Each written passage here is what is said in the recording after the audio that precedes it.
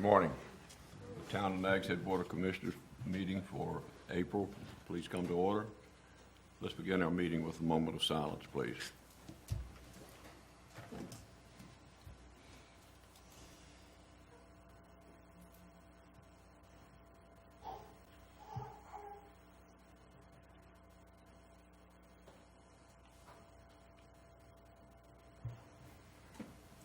Pledge allegiance to the flag.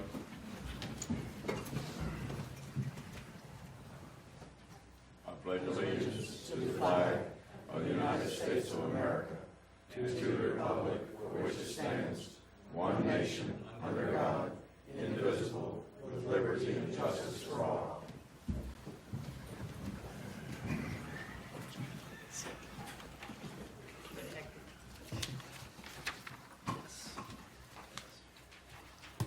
Do we have a motion for adoption of the agenda? So moved. Second. Moved and seconded. Any discussion? Not all in favor signify by saying aye. Aye. Aye. Opposed, like sign, there being none, so ordered. Chief Brinkley, you got a new employee for us this morning. Good morning, Mayor and Board of Commissioners. Before you today to recognize our newest police officer, Mark Hager. Mark is 46 years of age and is from Gatlinburg, Tennessee. He graduated from the Daytona State College, Florida Basic Law Enforcement Training Program in 2012 and worked for the Lake Arthur Police Department in New Mexico from 2012 through 2014. He, since 1989, he has owned his own business, and it's in the film and television industry as a stuntman. And when we interviewed him, one of his films that he did was The Dukes of Hazzard. He jumped the General Lee, and he's promised not to do that in town. So I'm going to make sure that we hold him. Let's not do that in a patrol car. So he said he's not going to do that, which we're going to certainly hold him to that. But Mark has started here and has certainly fit right in with our officers, and we're certainly glad to have him here. He has two adult children, Alexis and Chris, and lives in Mania, so we're excited to have Mark aboard. Welcome.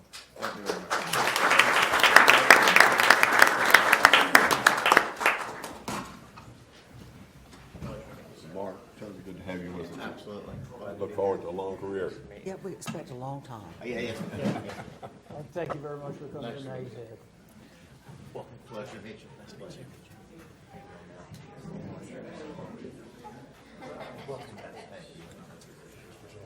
What about the event site? Can we put a ramp up there? I promise no free stunts.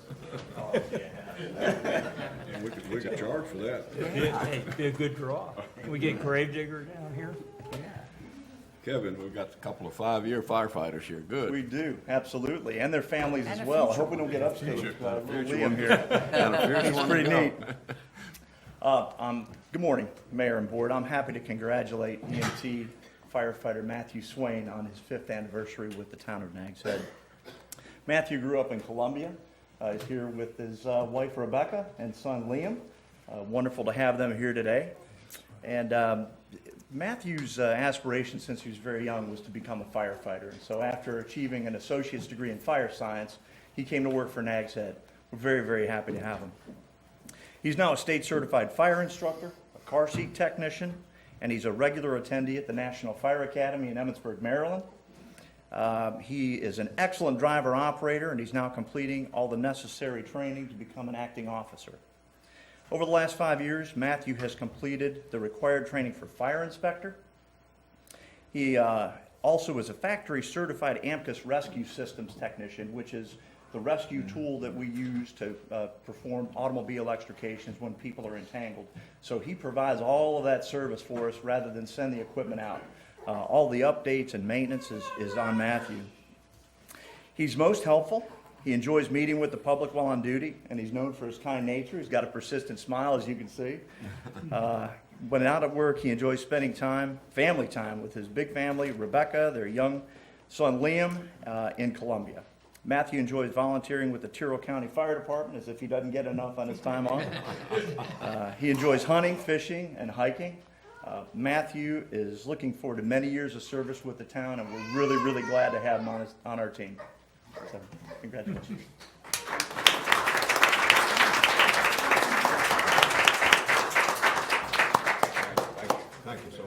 service, and we certainly look forward to having you here a long time yet. Thank you. And bring this young firefighter on. Have you with us Thank this you morning. very Thank much. you for coming. Great job. Matthew, thank you very much. Appreciate it. Yeah, I got a smile. I got a smile. Good smile? Yeah. You're a grandfather. He knows you're coming. Does he have that baby turnout gear yet? You look at me and what did he do wrong? We do.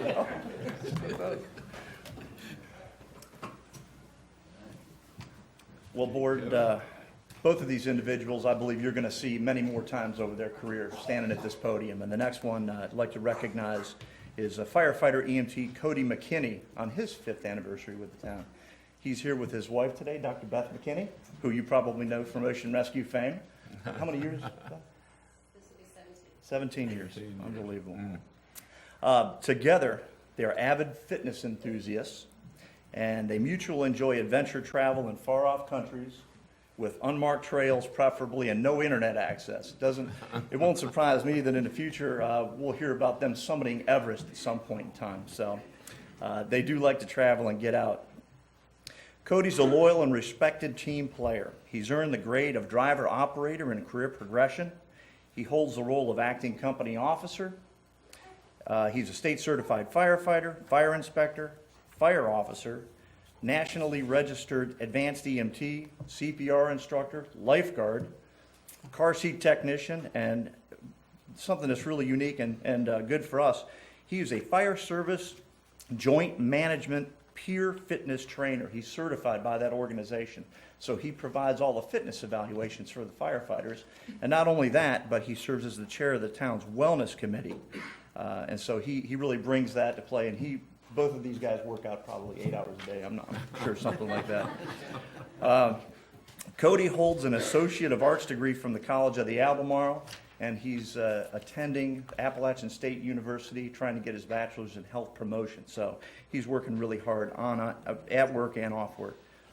Cody's the most dedicated and professional individual, takes on all new assignments with enthusiasm, and I want to recognize his achievements here today. We look forward to his bright future in the Nags Head Fire Department. Congratulations.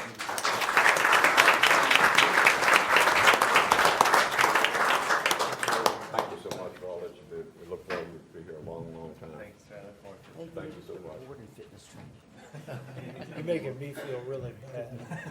Thank you very much. Welcome to the town. 17 years. That's it.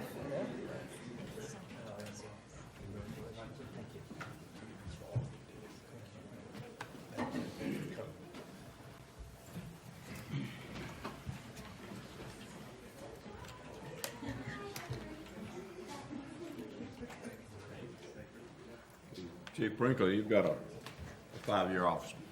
Yes, sir. 5-year employee, Mayor, Commissioners. I'm excited to come before you today to recognize Police Officer Matthew Huntingford for his 5 years of service. Matt is originally from and grew up in British Columbia, Canada. Graduated from high school in 1997 and went to college in Miami and attended Florida International University, where after playing 4 years of baseball, he received his bachelor's degree in criminal justice. Matt was drafted by the San Francisco Giants out of college and played 2 years of minor league ball. And something that I appreciated hearing from him, being an avid baseball fan, was he was not a fan of Barry Bonds, which was really good with me. After the 2 seasons of minor league ball, he joined the United States Coast Guard and actually had an opportunity to serve an assignment here in our area.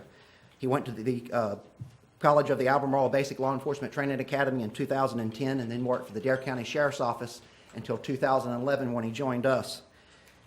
Since 2011, he's been assigned to the Patrol Division, and for the last 4 years has been assigned the role of a K-9 handler. Just to touch briefly, Matt handled K-9 I-1 up until last Wednesday, where K-9 I-1 had become very sick and was unable to lead a productive life and had to be put down. But I will tell you, Matt and I have had many conversations. The support that he's received from the town and from the community and in general has just been tremendous, and from both of us, we certainly appreciate that. Matt lives in Manio with his wife and 2 beautiful daughters, and in his free time, he enjoys fishing and spending time with his family. Very excited for Matt. 5 years, I think you'll see him for many years to come. He's an asset to our department, and glad that he's with us. Thank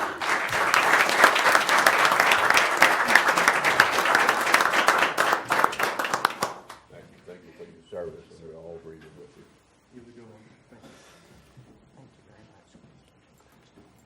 Thank you, Matt. We're sorry for your loss, but thank you. Thanks, man. We're trying to help.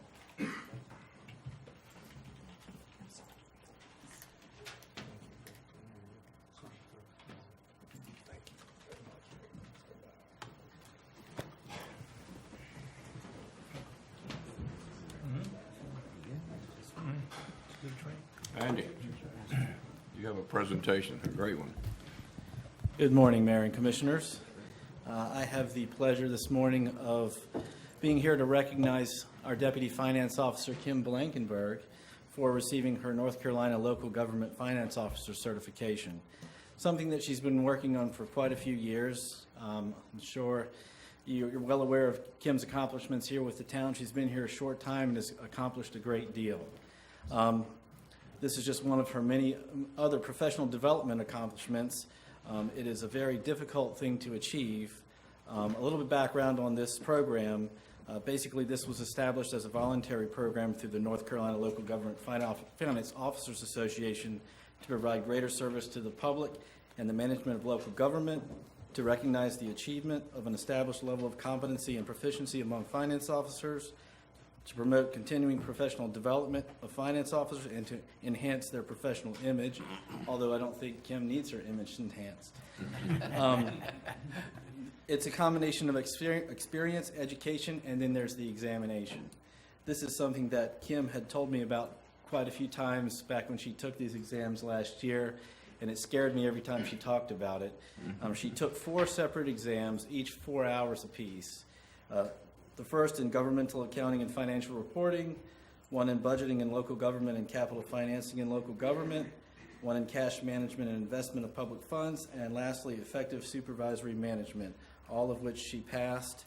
I think 3 on the first try, which is actually very uncommon. So I think that speaks to Kim's level of knowledge and dedication, and she's very smart. Anyway, this is the certificate she received back in March when she went to their banquet and awards. So I'm not giving it to her, but I just wanted to show this to you as her certification. So congratulations, Kim. Thank you very much.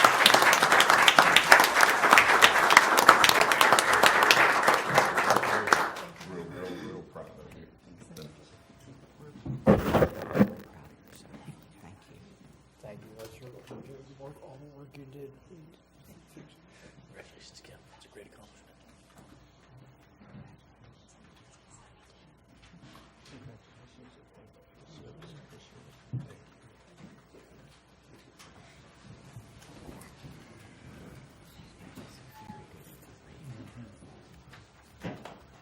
Next, we have with us this morning Mr. David Alberg, Marine, with the Marine Archaeology and National Oceanographic Administration, to talk with us about the proposed expansion of the marine sanctuaries. Good morning, Mr. Mayor, members of the Good to have council. you with us, Mr. Alberg. Thank you, sir. First off, good morning, and thank you for the opportunity to come back and speak with you. I think I was here late summer last year talking about the work of the sanctuary, and at that time mentioned that NOAA would hopefully be considering a proposal to expand the boundaries of the Monitor Sanctuary sometime in the near future. Well, that time has come, and in January, we did issue a notice of intent in the Federal Register to begin the first step of a multi-year process to look at what the opportunities may be represented in an expansion and what the impacts to local communities might be. And we began that process in February with a 10-week public comment period, which has just concluded. And that's really before NOAA sits down and begins the process of developing what our real proposal would be. That was our first opportunity out of the gate to hear from the community, from local citizens, from partners about their ideas on this proposal before we get started. That open comment period resulted in about 200, just a little over 200 public comments that came in. And now begins the hard work where we sit back and begin drafting our a couple of documents. It'll take about a year or so to prepare. One is a draft environmental impact statement, which will look at all facets of what an expanded sanctuary might include, and also a draft management plan with draft proposed regulations that would then come back out for public comment and public hearing, probably, as I said, about a year to a year and a half. But during this period now, the reason I've come before you today is to request an opportunity to speak with you in more than a 10-minute presentation, so that as we begin to develop this proposal, we're working hand in hand with the community, the cities, the county, the state, and other partners, and certainly those folks that live in Dare County and Carteret County more than anyone, because this would affect your communities more than any. I believe that there are some terrific opportunities, and I would really love the opportunity to give you more information about the impacts, the very positive impacts that sanctuaries have had in other communities similar to Nags Head and Dare County, and to reassure you that this is in no way about fishing. This is not intended in any way to affect fishing in any capacity.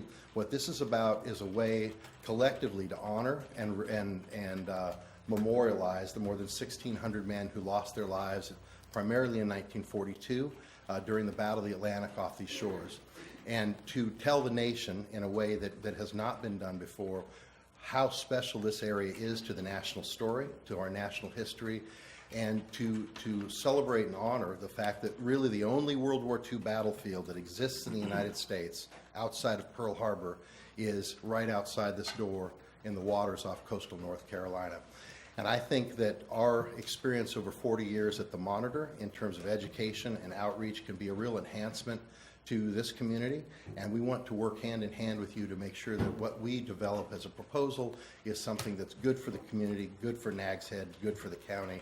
And so, Mr. Mayor and fellow commissioners, if there were, what I'd like to do is offer an opportunity to either bring you up to Newport News, to if there's a task force or a working group that could be formed, to come up and spend an afternoon with us up there and let us show you the work that we do, or if that's unfeasible or difficult, we're happy to come back down here at any time, but provide you with maybe some testimonial from some of the communities like Alpena, Michigan, where the Thunder Bay National Marine Sanctuary went in very similar to this about a decade ago, and their experience with us, and provide you a little bit more hands-on understanding of what we do and what our vision is for this proposal. And then also, certainly today, to answer any questions that you may have. Thank you. Anyone has any questions for Mr. Alberg? Yes, Commissioner. Just one. You mentioned it has in no way affects fishing. Are there any potential impacts to, say, our fishing industry? I don't believe so, ma'am. I think our concern, and I know that and as a person who spent many years ago doing some commercial fishing, I understand how sensitive that issue is, not just to fishermen, but to the economy of this community. Our concern has been the illegal removal of artifacts off of these shipwrecks, the removal of portholes and brass for souvenir hunters off what are quite frankly grave sites. It's not about restricting fishing, and I think this also affords us an opportunity to look at the existing regulations at the Monitor National Marine Sanctuary, which currently has some prohibitions in there that were developed in 1975 that quite frankly don't make a lot of sense. One, for instance, is there's a prohibition on fishing within the sanctuary but being not under power, which was intended at the time to prevent people from scuba diving down on the wreck and taking things.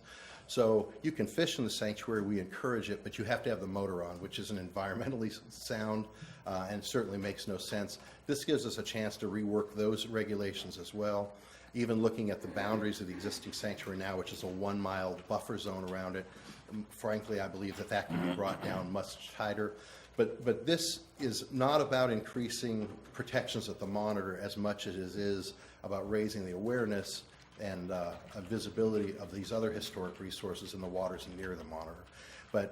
And I'm convinced that this can be done without any impact to fishing whatsoever, ma'am. Okay, thank you very much. Thank you. Any other questions? I know we had quite a war fought off of the coast of North Carolina in early 1942. I've read a book recently that details much of that, and possibly some of that should be in a memorial. But you know, our local folks have a huge concern about fishing restrictions, and that is our economy. So Yes, sir. I think we need to have further sessions with you before we issue an opinion, because we want to be absolutely sure that what you're doing or proposing to do is not going to affect our fishing industry. Absolutely, or and our I wouldn't- tourism industry. Yes, sir, and I wouldn't expect anything else. I don't want you to get behind something that you don't fully have the facts on. And from our perspective, we see these waters in the same way and the opportunities that are here in the same way that communities like Gettysburg and towns outside of Shiloh years ago, when they made a decision to look at these areas and protect them. But it can be done in a way that doesn't impact current businesses and current fishermen.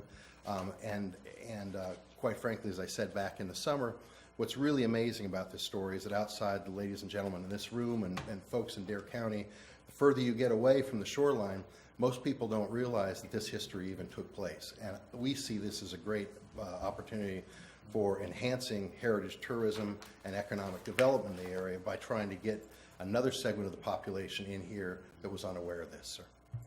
Okay.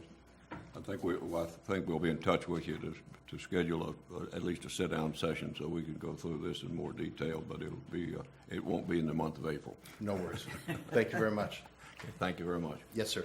Mayor, do you mind if I interject that we have a museum right here in Dare County, right across the Sound in Roanoke Island, about the Battle of the Atlantic? It says Dare County Airport Museum.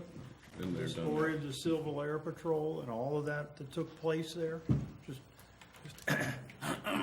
And we've, just to build on that, sir, the Graveyard of the Atlantic Museum, which is certainly further south, NOAA has provided about $2.7 million for that facility out of our budget.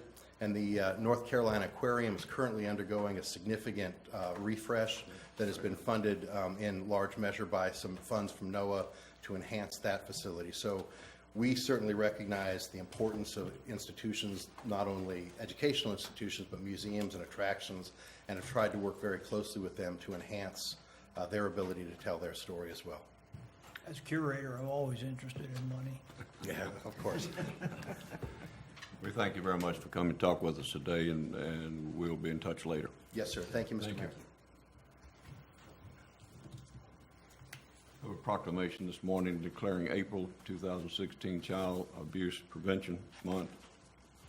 The proclamation reads, April 2016 Child Abuse Prevention Month. Whereas children are vital to our state's future success, prosperity, and quality of life, as well as being our most vulnerable asset. And whereas all children deserve to have safe, stable, nurturing homes and communities that foster their well-being. And whereas child abuse and neglect is a community responsibility affecting both the current and future quality of life of a community. And whereas communities that provide parents with the social support, knowledge of parenting and child development, and resources they need to cope with stress and nurture their children, ensure all children grow to their full potential. And whereas effective child abuse prevention strategies succeed because of partnerships created among citizens, human services agencies, schools, faith communities, healthcare providers, civic organizations, law enforcement agencies, and the business community. Therefore, we, the town of Nags Head, do hereby proclaim April 2016 as Child Abuse Prevention Month and call upon all citizens, community agents, faith groups, medical facilities, elected leaders and businesses to increase their participation in our efforts to support families, thereby preventing child abuse and strengthening the communities in which we live. This is the 6th day of April 2016. Do we have a motion to approve this proclamation? So moved. Second. Moved and seconded. Any discussion? Not all in favor, signify by saying aye. Aye. Aye. Opposed, like sign. There being none, so ordered. Next item on our agenda is our public comment. time.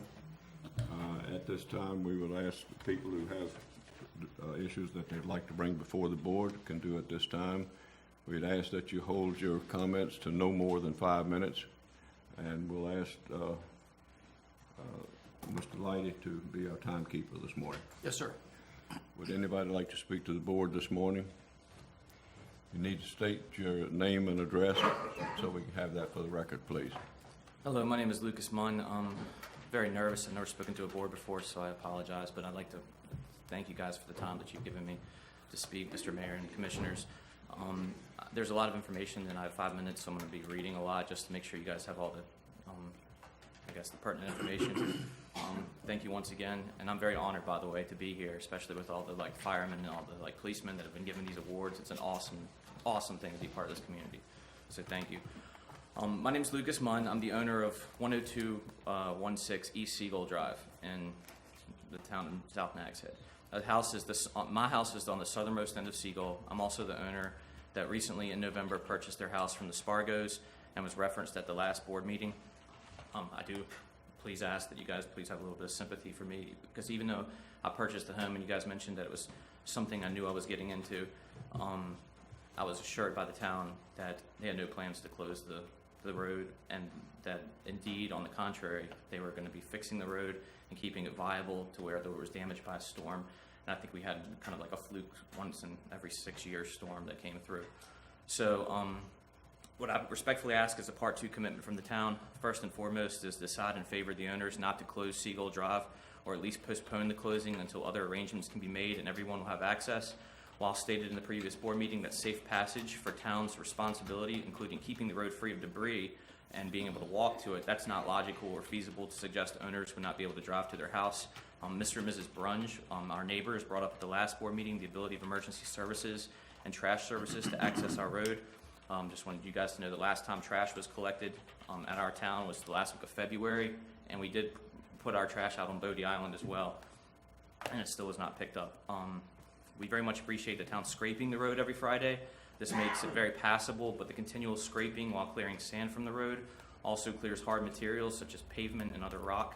Once again, we respectfully ask that do you maintain Seagull Drive with these scrapings, but also until you make a decision, the dropping of rock and crush and run so we can access our house, so emergency vehicles can access our properties, so we can have a basic standard of living and there's no damages from lost rents or anything like that. And the 5 owners have collectively contributed over $100,000 into the state taxes, the town taxes, as far as occupancy taxes from the renters and things like that as well. I'll share a quick story to illustrate emergency access. The alternative easement, there's also an easement that runs behind the house. I have permission, as well as the other owners, to go through that easement in order, except for one individual. The house is owned that I do not have the permission from by Miss Elizabeth Connell. It's separated by my house and their house by the Spivies. The town of Nags Head has deeded this access from the Spivies to my house and to the rest of Seagull Drive. Mr. Allen, who's here today, Ms. Connell's husband, has denied access to the owners, even to the fact of calling them individually, which we have some other individuals here that can state that, saying that he will not grant access, and even though he owns no property in Outer Banks, it's his wife that owns the property, and was also granted to his house by the original owner of said easement. So someone was kind enough to give him access, but he denies it to other owners. He is the linchpin for this second portion of it, to where if you guys close the road, where he's going to have to be able to give access. No other owner on Bodie Island, which we'll go into, will grant access, so his position is kind of an all or none. We spoke, I tried speaking cordially with Mr. Allen to introduce myself, and his polite approach was, don't talk to me, talk to my attorney. So that's not going to be something that I'm going to be able to do myself. The next day, he decided to illegally build a sand fence between my house and Mr. Spivey's, even though he doesn't have, and then CAMA had to come out and shut that down because he didn't have the necessary permits. But the purpose of my story is this activity that was performed where CAMA had to shut all this down. The town, as well as the chief of police, very nice, came out and talked to me, but they accessed my house through this easement. So if the road was viable, they would have come through the road. So that's the point, is that emergency vehicles have to come through this easement to access my house and all the other houses. There is, and I can defer to Mr. Letty, the town attorney, there is something called a easement by necessity, and it's initiating a cartway proceeding, which basically, I'll read it real quick. This is proceeding before the clerk that allows a landowner, which would be me and the other owners in this case, to obtain a right-of-way to a landlocked parcel in specific situations, which would be my house in case where when you guys would possibly shut the road to be entitled to a cartway. There's three things that requires. The landowner, which is me, is engaged in cultivating the land. I put a driveway in. All the other owners are willing to do that as well. I've legally done this. There's no public road or other. Number two is there no public road or adequate means of transportation provided ingress or egress. If you close the road, this would be no other public road. Mr. Munn, that's 5 minutes. Okay. You've had 5 minutes. I am speaking on behalf of all the other owners as well, so I don't know how you guys want to handle that. I mean, I'll defer to whatever you want to do. We limit it to 5 minutes per speaker. Sounds good. I respectfully ask that you please maintain the road, just drop some crush and run, do something until there's until you guys make a decision, and then we have alternative access. Thank you for your comments, Mr. Thank you. Moon.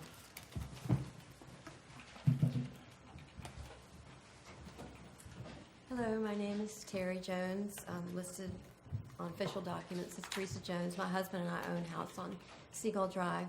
And like other owners on this street, we do rely on rental income, and we rely on that income from vacationers who come from all over the country. We all know that. It's a very desirable location. And as such, we have approximately 17 weeks, each of our homes, that would provide rental income. That's a tax base for the town. That's also a lot of local spending that benefits this very viable community. It's a great opportunity we have to work together to protect that. And so part of protecting that is to protect our road, because we absolutely have to have this access to our road. Our vacationers have to have the access. A lot of them are families, and they have small cars, and they have little minivans, and they just can't get by driving on sand. It's just not going to work. The gravel that has been put on and the scraping has been very effective. It's been very effective. 4 months ago, 6 months ago, 2 years ago, it's just been really working, and we appreciate that. So together, we really look forward to working out mutually something that will work for us. And part of what needs to be a focus on, which I'm sure the town has looked at, is protection for the road. There are other areas in Nags Head that have a dune, and the protection that we would love to have includes a dune. And I know we're looking forward to the renourishment again. That works. It's been very effective.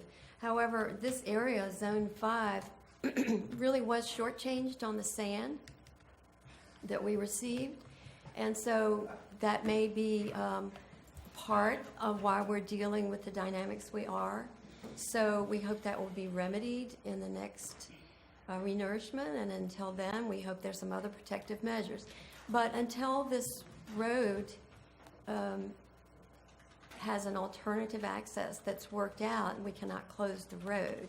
We purchased a home that had access, and if we wanted to sell our home, we cannot sell it without access. So until we have the alternative in place, we need to maintain this road at all costs.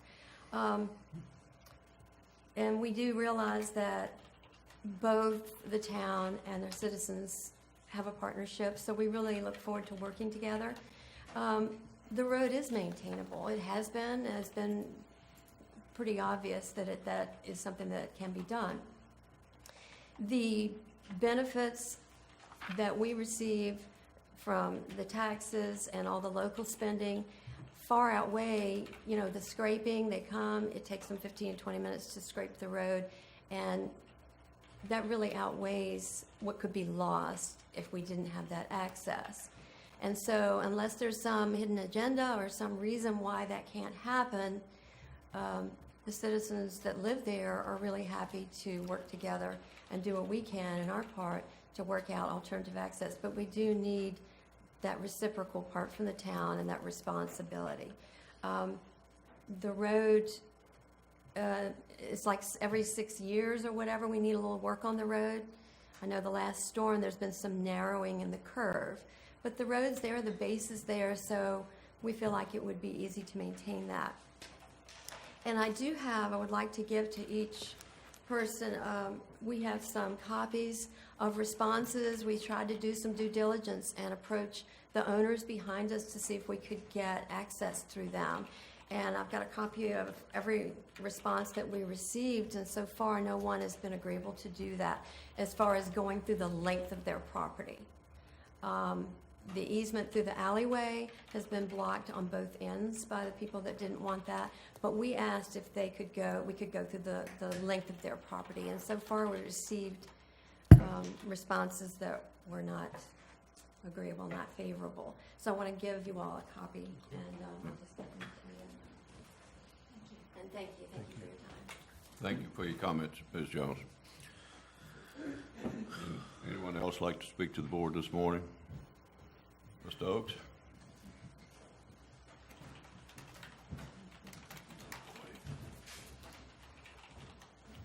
Good morning. My name is Bob Oakes. I live at 3019 South Virginia Dare Trail.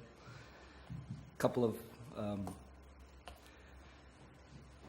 points this morning. They just keep adding up. The first one, and one of the nearest and dearest to my heart, is trash. And I wrote y'all a letter on Monday urging you to use Monday as a trash pickup day on the beach road. And then yesterday it blew 30 miles an hour, and now there's trash all over the beach road. But please, that's going to be a problem. It's a problem right now. It's going to be a much bigger problem in the summertime. I would ask you to please reconsider and do a trash pickup on the beach road on Mondays. You'll catch a lot of, you don't want that trash sitting out there for 2 or 3 days. Thank you for removing the nourishment tax, or proposing to remove the nourishment tax. I appreciate that. It doubled oceanfront owners' property taxes, so it is significant. And I would encourage you to get more sand out before you send us another bill. Just a piece of encouragement. Seagull Drive. This is not a new issue. If you look at the number of dollars that are spent on Seagull Drive per foot, I imagine it's about similar to Surfside Drive, which was closed. This road is on the beach. You piled up artificial dunes in front of it to protect the road, but it doesn't make any sense to keep that road open. The property owners have been notified for a long time about seeking alternative access. They need to work that out among themselves, because you've done what you can do. To say that area didn't get as much sand as everybody else, that area got 150 cubic yards of sand per linear foot, which was about 3 times what the northern 5 miles got. So the sand has been out there and been tried. I agree that it has done some of that job. Lastly, HB2. I have a real estate company that does vacation rentals. We have received a number of calls about HB2. People saying that they did not want to come and vacation in North Carolina with that type of legislation. I feel like it's not a difficult bill to fix. It just needs some willpower. Encourage them to throw the bathroom stuff out. We've made it a couple of 100 years without bathroom laws, and we can probably make it a few hundred more.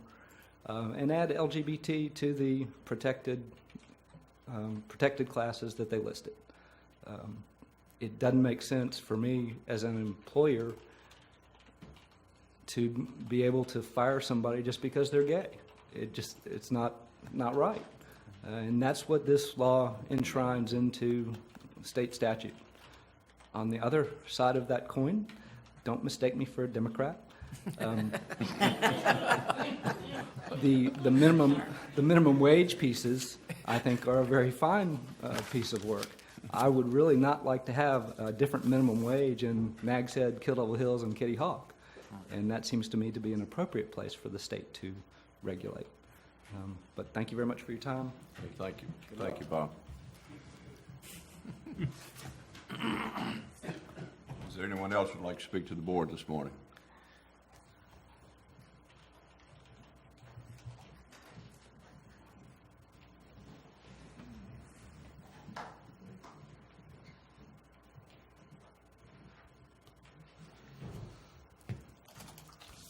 Hi, my name is Elizabeth Munn. I'm the owner of 10216 East Seagull as well. My husband is Lucas. I'm just here to give a statement on behalf of the foes and also the Pilot-Pajukes. They have emailed me statements. Unfortunately, the foes were not able to be here. They do work and they have children in school in Maryland, so they were unable to take their children out of school for the time being. They did state that they had sent some information to Cliff, and their main concern with this is currently their rental agency has already blocked off their calendar and is not allowing them to take any more renters and forcing them to, release the contracts. And obviously everyone here depends on rental income to help at least supplement the cost of owning a beach house. Because of the road closure also, they have been unable to get work done on their home. Contractors just won't come down the road. They can't park on the road because of the risk of being towed. So that's also been an issue for them. And they would like, you guys to consider maintaining the road at least through the end of the rental season, because it is creating a huge issue.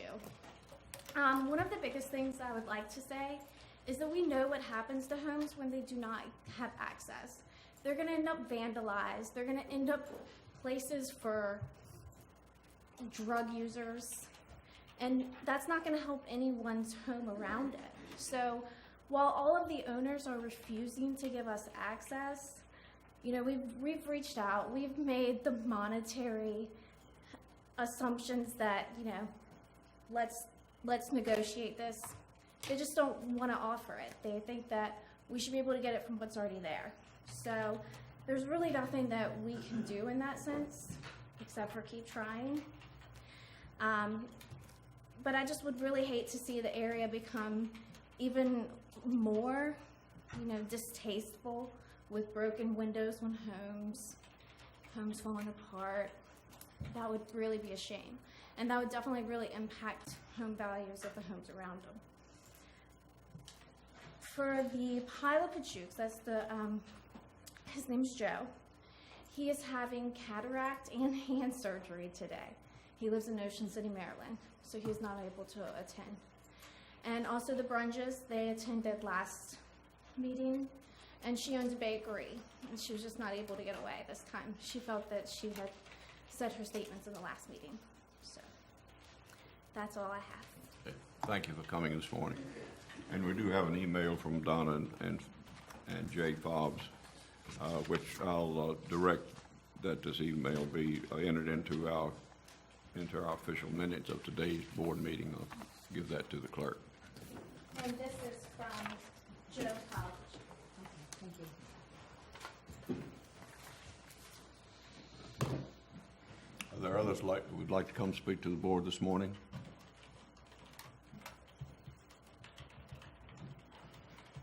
If not, I'll declare public comments closed. Next item is a consent agenda. Do we have a motion to accept the consent agenda? So moved. Second. Moved and seconded. Any discussion? Not all in favor, signify by saying aye. Aye. Aye. Opposed, like sign. There being none, it's so ordered.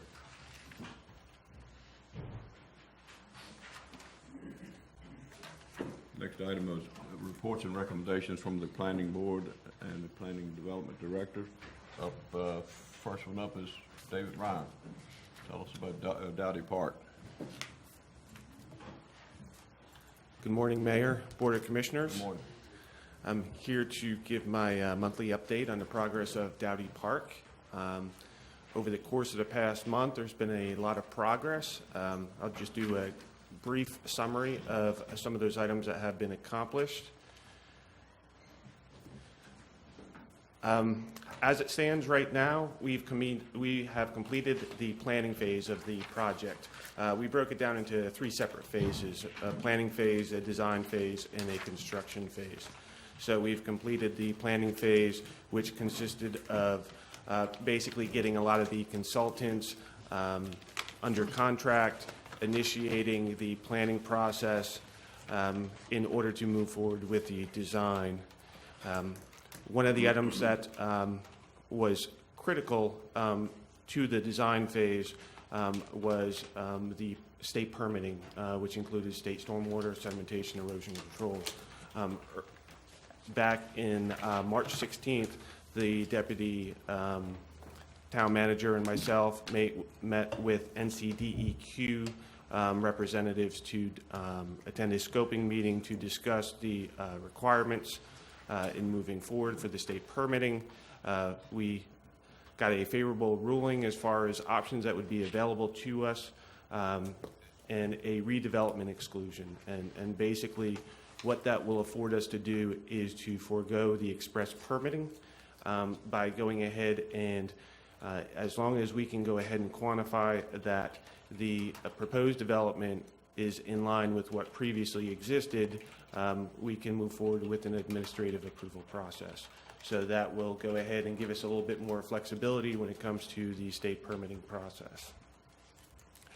So that was one positive sign that was afforded to us. And secondly, we had a project team meeting, which consisted of our project team to include the landscape architect, the architect, plumbing, mechanical, and electrical engineer, as well as the committee to review several of the concept designs that had been prepared by the architect and the landscape architect, to review some of the site elements as well as the pavilion design.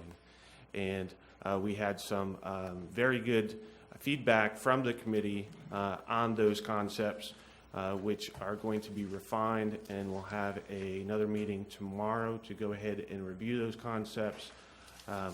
And at that point, we'll be able to go ahead and move forward to present to the board here in late April, and move forward with the permitting process at the state level, and then also here at the town, beginning in mid-May with the planning board, and then for the Board of Commissioners at the June meeting. So just want to give you a recap. Where we go from here is we've got some critical tasks that are outlined for this coming month of April. As you can see, all those highlighted items, those are all critical tasks in order to meet some of the state permitting requirements, as well as some of the local requirements to move forward with that review. So we've got a lot of tasks to be completed in a short period of time to meet a timeline of mid-April for submission to the state, and then also at the end of the month for the site elements to submit to Trillium Health Resources as part of their review and approval process. So we've accomplished a lot, but there's a lot more to go, and just wanted to give the board an update. And next month, hopefully when we report out, that will be on schedule and on time and moving forward with this process. I'll be glad to answer any questions you may have. For Dave? Dave, I noticed that the architect portion of the job was just a little bit behind schedule when you issued the Gantt chart. Has that been caught up now? I think it would look like it may be a week behind.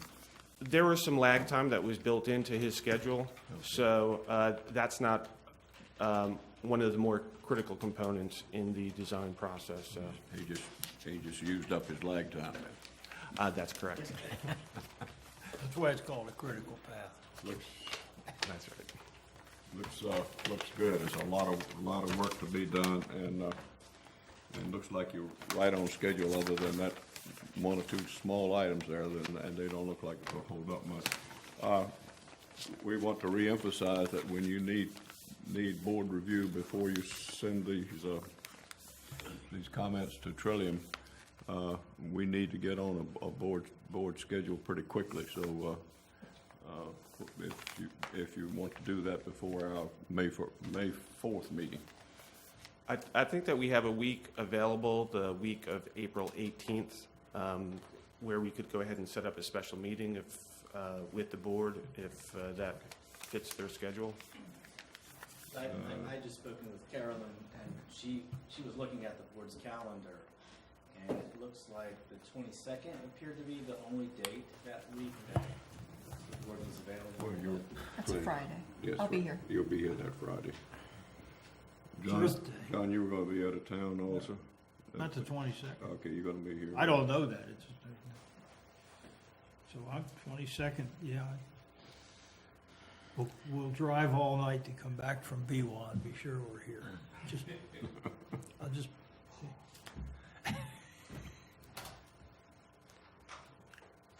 So, Only thing that we have that day, and I'm not sure what's on the calendar, is a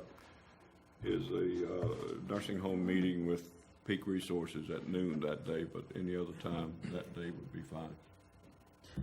Earlier rather than later. 9 o'clock Yeah, earlier rather let's than do later. it. On a Friday. Friday. How about with you?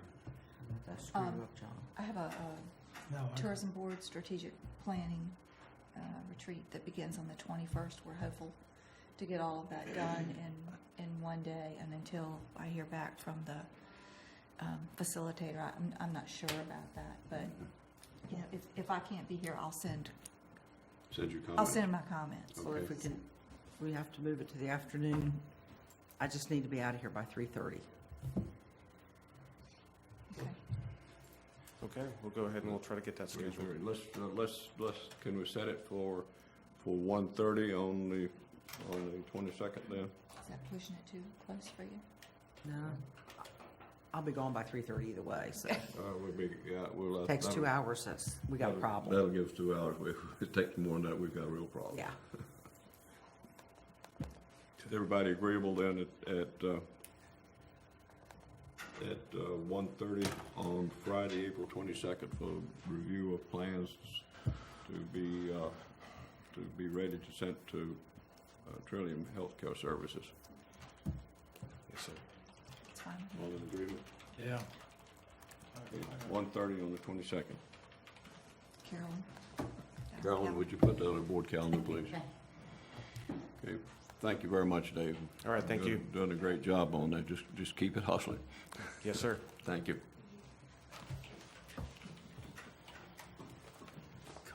The next project update is the Focus Nags Head project, and Holly's with us this morning for that.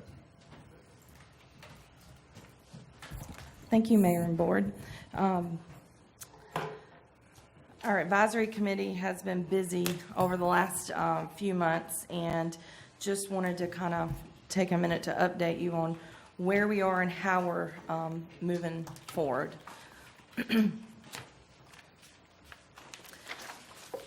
Our most recent event has been on March 8th, that we had a community meeting, and that was split into 2 separate times. We had fairly good feedback at the meeting. No one really, we'll get into that later. There were a few additions at the community meeting, but no objections to the information that was presented. And just want to take a minute to say kudos to our advisory committee.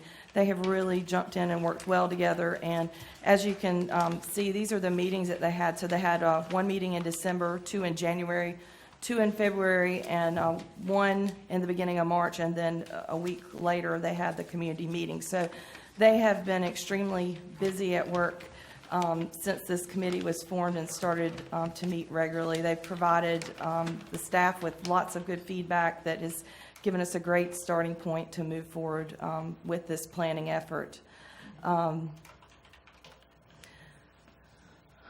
One of the first things that they worked on was revising our vision. There are some common themes that I've talked about. They were in the memo to you guys, the cover memo. Mainly, probably the loudest thing that we heard about from the committee was walkability and connectivity, as well as diversifying our accommodations and a general, by that we mean having availability of shorter stay accommodations, and lastly, commercial development challenges. So the importance of trying to hold on to these legacy businesses and even cottage courts that help to give Nags Head the character that makes it unique. I also included in the packet, and this was available, most of you heard the presentation at the community meeting on the character areas. In terms of discussion, the committee really, it seemed to be intuitive to talk about the issues within the town. So these issues that are described here on the slide in reference to specific areas of the town. So we presented this information at the community meeting in more of a area reference format. If you have any questions about those, I'm not going to go through all the content of those slides because most of you, I think, other than Commissioner Ratzenberger, may have already heard that presentation. So if you guys have any specific questions about that, I would be happy to answer that. The feedback that we did get at the community meeting was to add Nags Head as its own character area and to recognize Nags Head Woods as a significant area in the town. The last comment was just the overall general desire for the plan not to become stagnant or a shelf holder, something that we're able to use and incorporate into what we're doing. So from all of this information, we have worked to put together an outline that was also available in your packet. It's broken down into five parts. I've tried to summarize it here. The first part's basically an introduction and gives the context. So a lot of our demographic information and existing conditions. The second part is what probably makes this plan a little bit different than our land use plan previously. So we're going to talk about specific character areas of the town, and that's where those character area boards that were presented at the community meeting come into play. As you can see from your outline, we have added South Nags Head as a specific area broken out separate from the remainder of the neighborhoods, and we've encompassed Nags Head Woods under significant natural areas. And along with that, we've also placed Jockey's Ridge and Fresh Pond, reference those areas as well. The third part of the outline is dealing with more of your traditional land use plan or plan elements that you have seen in our land use plan, with the addition of municipal services and infrastructure. And so this would put a focus directly on stormwater, solid waste, infrastructure, public safety, fire and emergency response, water supply, maintenance of our facilities and assets, customer service, and public information. So that's a little bit different as well than what we've seen in our past land use plans. The part 4 is the implementation portion. This is basically, an action matrix. It talks about how we're going to update the plan in the future. And the last part, part 5, is the appendices. We plan to have if there are a lot of statistics or we want to try to make the first part of the plan, 1 through 4, as concise as possible. If there's supporting documentation, we want to place that in the appendices so it doesn't bog down the document too much. So with that, that's all I have for you today. And if you have any questions, I'd be happy to answer those. Anybody have any questions for Holly? Holly, I noticed one thing on the website for Focus Nags Head. You have the original schedule on there, and actually your current schedule is running about 2 months behind that, in that we were supposed to have the draft plan in March, and now it's projected to May. I think we need to catch the website up to give the current schedule for the project. Okay. Just absolutely. So it agrees, because I just noticed the website had the original project schedule in there. Okay, I certainly will. I will add, as far as the website goes, that I did double check this morning, and all of the advisory committee agendas, minutes, presentations, the presentation from the community meeting, as well as the draft vision statement, are available online. And I would invite anyone in the public, if they have an interest in the project, to review the documents, and feel free to email or call me, and I'd be happy to sit down with them and talk about it. You've done a good job on the website. It has a lot of information on there, and And so I think it needs that one update, and so we're on the schedule that we're on right now. Great, And we'll stick on this schedule. great, thank you. Okay.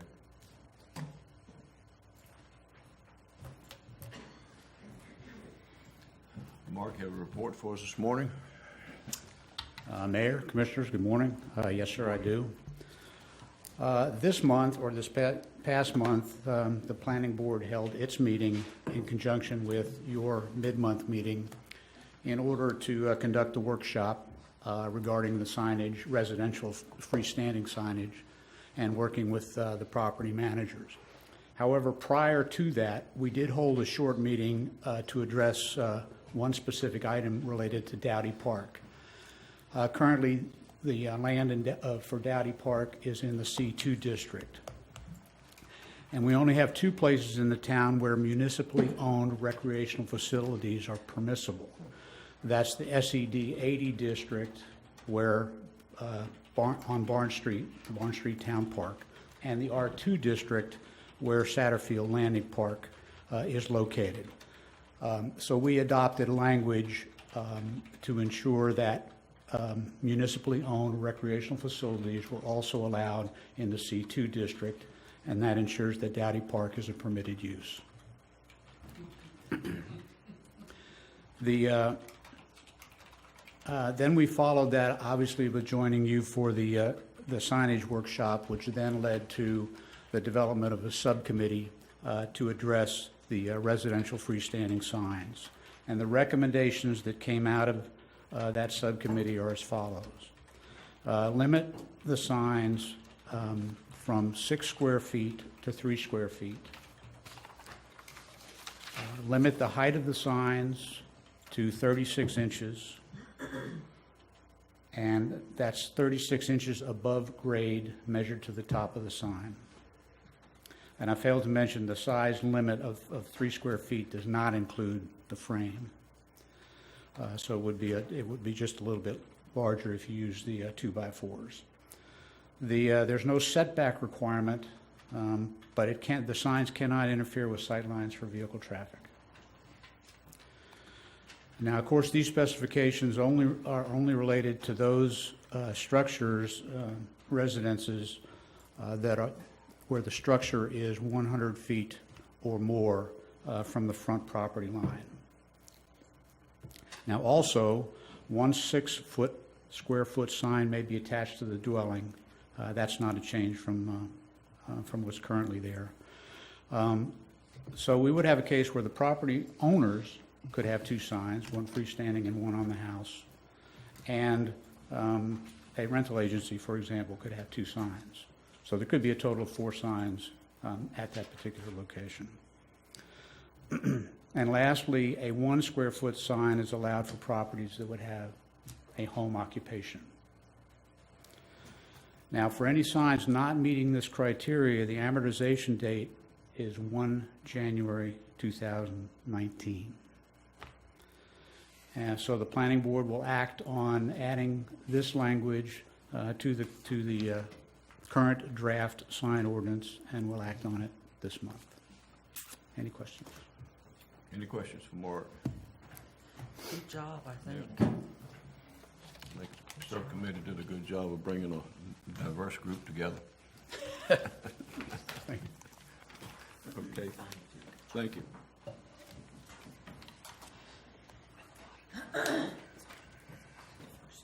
Holly, we're up again this morning. Request for authorization to apply for a party grant for the Dowdy Park project. Thank you, Mr. Mayor.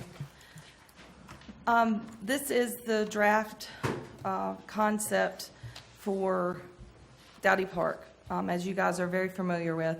What you see outlined in red is what David Ryan, our town engineer, just gave an update about where we are with that portion of the project. What town staff is asking support for, as well as authorization, is to move forward with a grant application for this area highlighted in blue, encompassed in blue, as a Phase 2 project. If we submit this application at this time, this would position us to be funded for next year for this Phase 2 construction. Within Phase 2, you'll notice that we have a gateway that serves as an entrance to the park at the corner of Bonnet and Wrightsville. There is a butterfly garden as well as bocce. There's a community garden, a multi-use court, a bounce wall down here at the bottom, as well as fitness stations and seating and picnic areas. And we also are trying to include the restroom in this Phase 2 portion of the park. The total cost that we are estimating at this time is $535,950. We would be applying for 50% of that, so part of it is a 50-50 matching grant, so $267,975 is what we would be looking to to provide, and then the remaining portion of that from the Dare County Tourist Bureau. Do you have any questions about the application or Phase 2 components? Any questions for Holly? Yes, Commissioner Wright. Is this little diagram another one of these like placeholders? We got to have something to do the grant, because there was some discussion on Phase 2 as to what the real mix and design would be. And I wasn't aware if we'd redesigned it or not. We are going to have to show a concept design. That's what I mean, a concept. This is a concept, not necessarily the final. It is the concept we would be moving forward with. We are able to tweak later on with Partif if we want to exchange items. We can tweak that if necessary later after the grant application, but this was what was, I think, brought forward by the Dowdy committee. Yes. And I was just Mayor going Pro Tem. I was just going to add that, currently, a group is meeting, discussing the park. We're meeting with the consultants now on Phase 1. We haven't gone into Phase 2 yet, but this is the master plan concept that came out of the entire year-long process and all of the committee and community meetings. So, But understand that. because even the original, what we see there, while it's Phase 1, is still pretty much like that. There is some tweaking with, equipment and those kind of things. So we're just at the concept phase. I just wanted to be sure that, because that's where we were when we went on before, and that's fine. I understand the concept of a concept in the thing. I just wanted to be sure that, because there was a lot of discussion here, even on Phase 2, as to what these exact components are and how we even put them in there. I think we need to figure out how we manage a community garden before we build one. A lot of those items. So that's all I wanted to check on was. Okay, any other questions? Okay, do we have a motion to approve the, to give authorization to apply for the party grant for Dowdy Park Phase 2? I make that. Moved and seconded, any discussion? Not all in favor, signify by saying aye. Aye. Like sign. Opposed? There being none, and so ordered.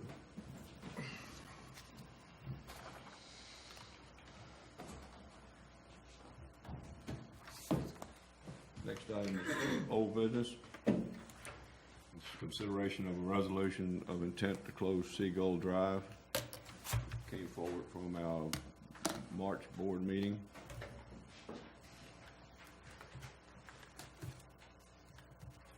Mr. Lady, I think you had some information that you needed to present to the board for that. Actually, the research that we're doing will be relevant for purposes of the public hearing when that's conducted. I think what's on the calendar for today, or on the agenda for today, is simply the board's adoption of the resolution giving the public notice that it intends to consider the closure of Seagull Drive and setting the public hearing to be held so that members of the public will have an opportunity to comment. And at that time, we were going to provide our information regarding the rights of owners to continue using, improving, and maintaining their right-of-way. So all the board needs to do at this time is to consider adopting the resolution to start that process. You have in your packet under G1 a copy of that resolution. Is there any discussion on that resolution? Mayor, if I could just interject, some of the things that the attorney's looking at in parallel to the board initiating the process to close Seagull Drive, he mentioned that the property owners may have some remedies that they can secure on their own. That could include if the town were to abandon that road, then it would become the abutting property owner's property. It's a platted road that was approved and accepted as part of the subdivision, so that would still exist. That's one of the things he's vetting to make sure what I'm telling you is correct, that then it would continue to be a road that they could have access to. It would just be their expense to maintain it. There are other possibilities. I mean, I think maybe a municipal service district for that portion of the road might be a possibility. And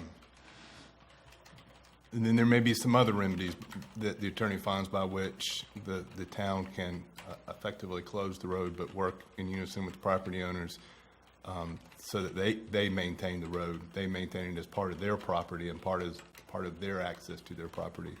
So just for the benefit of the public, what we're asking now, if the board so approves, it would be to set the public hearing for the June meeting. There's a process. It's a long process. The public hearing has to be advertised 4 consecutive weeks.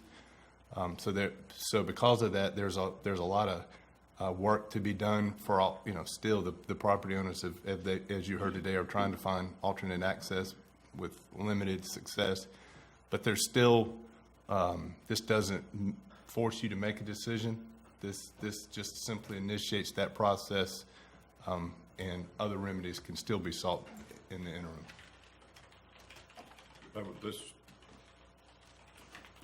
This resolution, in effect, would make this a public issue that we could discuss in our June meeting, where we would have a public hearing on closing of Seagull Drive at the June meeting. We still don't have to take any action, but we at that time we'll have the additional information, and we'll have a chance for the property owners to come forward in the public meeting. That's correct, Mr. Mayor, and for just to restate that, but the town cannot close a road without going through this process that you're talking about initiating here and ultimately having a public hearing, which is what this would schedule. Just because you have a public hearing does not mean that the board has to act to close the road. But in order to do so, you have to go through this process. And as the manager pointed out, there's various other options that staff and I have discussed that we'd like to present on at that time. And finally, one other thing is that there's nothing that prohibits the town, should it decide to close the road, to using a prospective or future closure date. It doesn't have to happen immediately. Mm-hmm. But in any event, those are some things to think about that we'll report on and discuss in more detail in June. Mr. Cahoon? One of the things the manager just mentioned, and I had mentioned to him yesterday, that is the possibility of municipal service district, whereby the property owners, I guess, on Seagull Drive would be taxed to maintain, but not at town expense, but at their expense. As you move forward in that process, could we be updated and be given more information? Yes, ma'am. On that, so that we can keep up, as well as pass that information out to the public as well. Because it may be something that the town doesn't want to spend the taxpayer money on, since we've spent a lot on that road as well as other streets, but put the idea out there. That's, if you wish, that's something we could present on at the May meeting. So you'd have that much lead time to consider that before the public hearing. Commissioner Ratzenberger? Yeah, Mr. Munn brought up a thing I don't know if I heard about or in the right words, an easement by necessity. Can you explain that to him? I'll try. He did a good job of explaining it, although he ran out of time. I wish he'd had more time so he could do it, and not me. But essentially, what he's talking about is a cartway proceeding, which allows a landlocked property owner to create an easement across someone else's property to provide them with access to a public road. There's a specific statutory procedure that allows for that, various things that have to be done to show that it's a private action, and essentially the parties to that type of action are the landowner who needs access and the owner of the property across whose property they want to obtain access. It's not something that the town has to be involved in, but it's one of those things. It's one of the options available to some of the property owners on Seagull Drive that they can look at for purposes of ensuring access or alternative means of access. Did I summarize what you were talking about? You're exactly right, and just for the board, we have access. Excuse me, I'm sorry. That's okay, we're not in hearing. I just wanted to get a clarification of that, what that was. But that's Thank correct. you. That's the We have topic. access, you can see the easement, we have access for Got it. everyone. I'm well aware of all Yes, this. sir. Okay. Thank you, John. Did that answer your question? Any further discussion? And can I piggyback on what Renee, I have a second part, what Renee said. Can we get, I mean, if we don't talk about it, we can receive information periodically, more periodically than just the next board meeting. I mean, there's a lot going on here in this thing, and I wouldn't mind that we get some info that we don't reply all to and come under the Records Act and get our journalist guys all fired up. But, you know, somewhere along the line, more than once a month would be helpful. This is hard to think about. It's, need to not walk that fine line of transparency. Right, we don't want it, well, we can do that. We understand the rules, but information can be disseminated. That's why I asked for information that could be given to other people. That's right. As we go through the process. I'd like to have information on what a possible MSD would be, how it could be done. We're all familiar with the beach nourishment, but we're not really familiar with other MSDs. And therefore, that information could then be disseminated. So that everybody can make the most informed decisions we can make. Well, and it's also, the MSD one is critical in light of what's going on in Raleigh, or may go on in Raleigh right now anyhow, which Stand up yesterday could afternoon, change that. we may not have that possibility. So, I mean, you know, there's a lot of things happening here that. Commissioner Wares. Yeah, and it's already been mentioned here in the discussion, but I'd just like to reaffirm for the property owners that in this resolution, it says it's the board's intention to consider permanently closing. This is not a decision, as has already been mentioned. But I know that your primary and imminent concern is what happens right now and through this rental season. And so could we just explain then what the town's obligation is between now and when a decision is made to close or not close, as far as maintaining access through this official street? I think we've met our legal obligation in that we keep the road free and clear of encumbrances.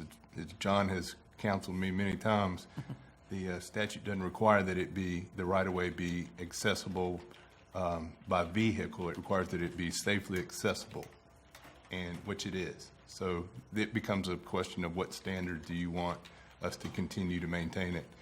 Of course, you know, with the wind we had yesterday, the road's ever changing. So it could take more than a few loads of crush and run. At the time we were having this discussion, we told you it'd be about $10,000 to put the road back to where it was accessible by vehicle. Had we done that when we talked about it, we would be right back in the same position now. So the question, I think, is we've legally, and John, take my foot out of your mouth, we've legally met our obligation. The question is, to what standard do you want to meet that obligation? Yeah, stated otherwise, the duty to maintain is a statutory and legal duty, but the degree of maintenance or the degree of improvements to that facility is a political decision for the board to make. And that's exactly what the Kirkpatrick case determined for the town. Is there any way, John, in this process that we can make a commitment not to close that road? If we're gonna close the road, not to close it until after this summer's rental season? Yes, Mr. Mayor, the board could adopt, or assuming that it decided to close the road, it could adopt a resolution authorizing that with a future or prospective date following the summer season. The board can also table consideration of the matter following the public hearing for a reasonable period of time and take action at a later date. Could also continue the public hearing to have subsequent public hearings on the matter. So there are some options available that may make it less disruptive for folks if in fact, and give more notice to Public Works if in fact the decision is to close the road. Mr. Mayor, if it's helpful, I think it would be, if that's something the board's contemplating, it'd be helpful to hear from the Public Works Director, who has been maintaining roads in the town of Nags Head for 30-plus years. To what degree, if you were to set up, instruct that we, how much could we possibly do? What condition is it in that he can feasibly improve it? Not close it until Right. October. How much work can you October do? 1. Right now, the road is closed to vehicular traffic. We put a barricade up there that says road closed. What we were maintaining was so people could still walk down the road. That is what there. You have less than a lane width that is left. I haven't been down there this morning after last night's high tide to see if that's even still there. But that's all that's there right now. So if you want to make it viable for the rental season, then you basically have to go back and put the rest of that road in and maintain it up to that point. But as it is right now, it's really closed vehicular traffic. People are driving around the barricade, and if we want to make it that they can't, we can do that, and just to walk down there. But that's where we've left it for right now until, we got your direction after this meeting exactly which way you want to go. But if you want to make it viable for traffic, we're going to have to spend some money on it and get it to at least 16 feet wide, which now it's probably 8 feet wide. Okay. Same shape it was last time I was down there then. Yes, sir. That's where we're at. That's why I've been sending the crews down there on Friday to scrape the sand off, so if they had people coming on the weekend, at least they could walk down there and, make it as safe as we possibly can. But that's the condition of the road right now. Okay. Any further questions or further discussion? Where would that put us back to? Sometime early fall, where it was, where I could still drive up and down that thing? Yes, yeah. That We had it about 18, 19 foot wide. We could Right. put it So back to 16. Roughly back to that. It would, for as long Still as. soft sand and danger spots, but There would be. I mean, But, we yeah, put but- the gravel back and, keep it passable like we had, Like we like had, it was, yeah. like it was. yeah, like it was for Spark. Mhm. So what's that cost? What's, a guesstimate off the top of your head what that would cost? We're probably looking at $7,000 or $8,000. That's a one-time though, so the next storm comes up, The it's next another storm, we could put 7, it, just like the manager said, we could put it back today, and 3 weeks from now, it could wash out again, and we'd have to go back and do it again. Mr. Oakes mentioned that this is basically the beach at this point, although we're artificially trying to keep it from being the beach. It is really the beach. And we have beach driving until the end of this month, right? Yes, sir. If people have the permits, et cetera. Should we look at an option of just letting it be beach and some kind of exception to beach driving so that at least people who could come with four-wheel drives could get to these houses? I still don't think they'd be rentable if that was the case. It concerned me that some rental agencies have blocked the weeks of rental out for these people this summer. I'll say that there are locations, single-family dwelling locations on the beach in other areas of town that aren't permitted to bring in fill for driveways. Same thing happened to Telosco and Cherry Cottage. They were denied the ability to bring in non-compatible fill. So we have some four-wheel drive driveways in other locations in town.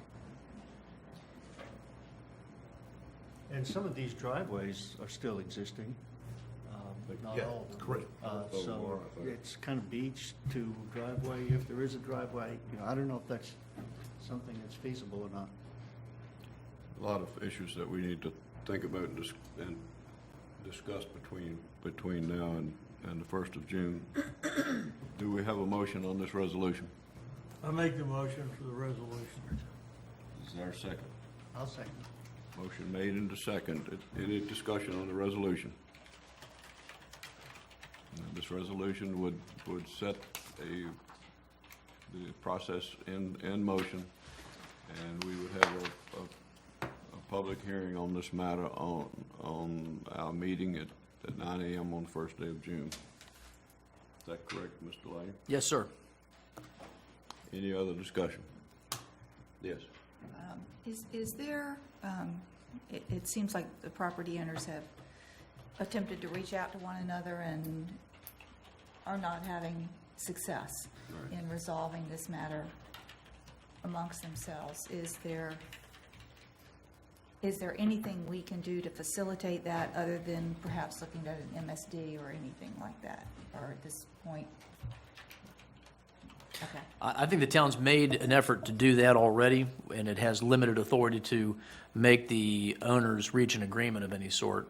That's really something that they need to work out amongst themselves, whether it's through mutual agreements or enforcing agreements that already exist. I'm aware of some issue that's arisen with someone whose easement rights may have been blocked. I think there was some discussion about that during the public hearing. That's a private matter between those owners, or whether it's establishing a right-of-way across someone's property voluntarily or involuntarily. But those are all things that the owners need to take care of and that the town doesn't have any authority to facilitate. I'm going to support the resolution.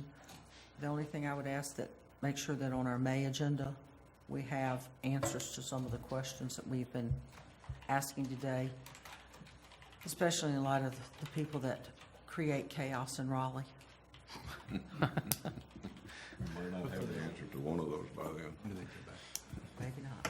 But Mayor, I think everybody needs to understand. Post Isabel, we've already done this once. Surfside Drive. Right. All of it worked out. So here we are, 13 years later, still dealing with the same issue on Seagull, and they were the same side as Surfside. I don't care which neighbor problem it is, it's all of them. And we have been fooling with it from the town, and now it's time to stop. So they must understand that whatever comes out of our public decision is this, but the neighborhood needs to get together. Surfside did it in a couple of years. I don't understand the people behind it. I don't understand what happens down there. But Any further discussion? All in favor of the motion as presented, signify by saying aye. Aye. Opposed, like sign. And there being none, it's so ordered.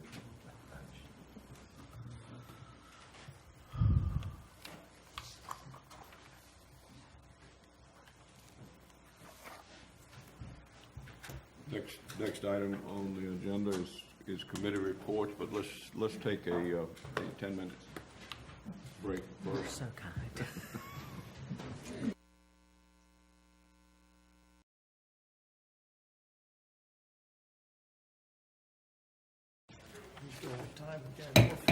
Board of Commissioners back in session. The next item of business is committee reports. Start with Commissioner Demers. You have a report this month? No, sir, nothing to report this month. Mayor Pro Tem Walters. Well, I think the focus Nags had in Dowdy Park has already been covered. Just a brief report on the tourism board. Several grants were approved at our meeting on March 17th. The fireworks grant that we requested was approved in the amount of $10,000, as was Town of Manio received the same, Kildall Hills received the same, and Avon received $9,712.50. So that's good news. We also had some natural, cultural, historic grant request, and we approved $75,000 for the Nags Head Woods Conservation Center renovation, and that will be matched from some fundraising from them and from the Nature Conservancy main office in Raleigh. And we approved an $8,800 grant request for NEST, the Network for Endangered Sea Turtles, which is purely a volunteer organization, and that's educational signs at beach accesses, visitor information, and such. And then also we had several event grant requests. It's quite a lengthy list, but the Dare County Arts Council for Outer Banks Veterans Week, Dare County Arts Council for Surfaloris Film Festival, the Hatteras Island Youth Education Fund, that's the Shore Break 5K and Tide Pool Run, the Hatteras Village Civic Association for Hatterasity, Mano al Hermano for the 3rd Annual OBX Latin Festival, the Manio Preservation Trust for the Holiday Tour of Homes, the North Carolina Aquarium Society at Jeanette's Pier for the Family Fishing Tournament and 5th anniversary, OBX Pride Fest for their event in September, the Outer Banks Relief Foundation for the Couture by the Shore event, the Outer Banks Tennis Association for the Outer Banks Charity Classic Tennis Tournament, the Regalo Foundation for the OBX Brewtog, and Town of Manio for the Maritime Museum Wooden Boat Show, and then also the Town of Manio for Dare Days. So quite a few grants approved through the Tourism Board. And then also there's a pretty good schedule of events at Soundside this year. We have, well, one has already passed, but we have the Town of Nags Head Wellness Day on April 9th, so hopefully everyone can come out for that. We have the Dare Children and Youth Partnership Community Field Day on Sunday, May 1st. The Dare to Care OBX Shred Fest, that's on May 21st. The OBX Brew Fest on June 5th. The Boardwalk Attractions is doing a carnival. I believe that's in partnership with Children and Youth Partnership, and that will be Thursday, June 9th through Saturday, the 12th. We have an Outer Banks Crab Crunch on Wednesday, July 6th. Our Town of Nags Head 9/11 ceremony, obviously on 9/11. Outer Banks Jeep Mutiny on September 24th. OBX Oktoberfest on October 8th. Outer Banks Seafood Festival on October 15th. And Outer Banks Brewtog and Outer Banks Stunt Kite on October 22nd. So it's nice to know we have quite a few events scheduled for Soundside. And I think there may be some more to come in the future. Also, we had the Park Service gives us a report at every meeting. We have a nice working relationship with them. And let me find the date. Wait a minute. There is a naturalization ceremony coming up that will be held at the Park Service, at the Wright Brothers, which is also April 16th, which is the centennial of Wilbur's birthday. They're partnering with the First Flight Society, and there will be a naturalization ceremony held there. So I think that's pretty awesome that that's going to occur. Also, the Park Service has developed an online process for beach driving permits. It's a print-at-home system, so you can print those at home, tape it to your windshield, so that makes it much easier for people to get permits. And they also permitted the 3 miles in Buxton to be nourished. And that's all I have to report. Good, thank you. Commissioner Coons, your report? Only that the business committee is going to meet this month and skip May. We're going to meet 2 consecutive months instead of every other month, since everybody's going to be so busy in May. But we have invited businesses in that have the displays that have been talked about. They're going to come in and give us their feedback. Very good. Mr. Ratzenberger? The Spot 4.0 scoring has not showed yet. It's due any day. Community Watch. First off, Community Watch now has a Facebook page. In attempt to get a public thing out there, it's Nags Head Community Watch is where it is. Going up. The next meeting will be Tuesday the 12th at 6:30. It will be Coffee with a Cop at Wave Riders. New thing, we'll just go out there and Community Watch in the police department, work there, meet with people, see what they have to say, that kind of thing. Nothing from the Y. I do want to make a note and I lost the date. I think it was a week ago, Saturday a week.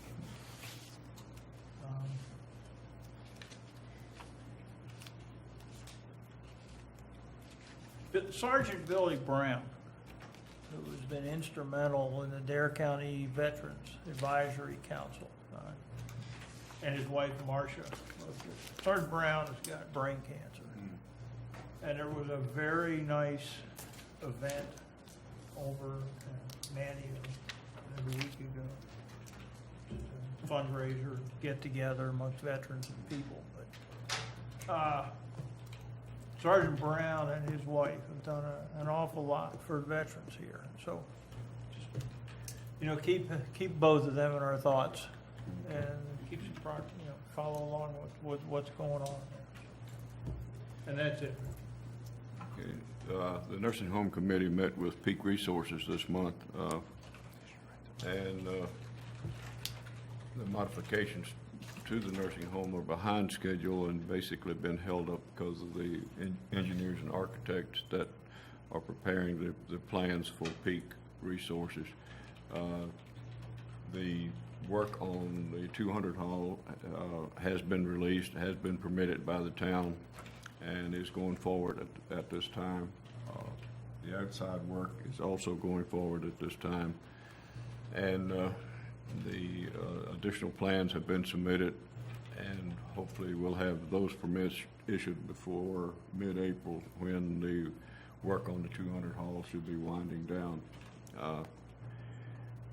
Because the project is behind schedule, the Nursing Home Committee will meet with Peak on a monthly basis rather than on a 3-monthly basis to keep this project on the new schedule as best we can. The plans and the work that has been accomplished so far is what we looked at in their other facilities when we were considering Peak as a contract operator there. So that should pick up quite a bit in the next month. Any other reports this morning? If not, Amy has a consideration of an amendment to Chapter 10 facility fees for us. Good morning, Mayor and Commissioners. Good morning. Thank you so much for your time and consideration to what I hope you all feel is an intuitive solution. I'm going to be really brief. Basically, we have 2 separate bank accounts now, one for our facility fees and one for everything else. So we're having to make 2 deposit tickets. My goal would be for you to allow us to consolidate just to have one bank account. I think this was an old way of being able to keep track of our reserves. No other reserves require a separate bank account, including beach nourishment. So we will continue to allocate interest monthly, but by pooling all our money together, we can earn a higher rate of return. And that's pretty much it. Just hoping to increase efficiency and not duplicate efforts. Any questions for Amy? Thank you. You had a copy of the amendment to Chapter 10 in your packet. Is there a motion that we accept that amendment? So moved. Second. Moved and seconded. Any discussion on the amendment? Not all approved, signify by saying aye. Aye. Opposed, like sign, and it's so ordered. So you've got one bank account this afternoon. Thank you so much. I really appreciate that.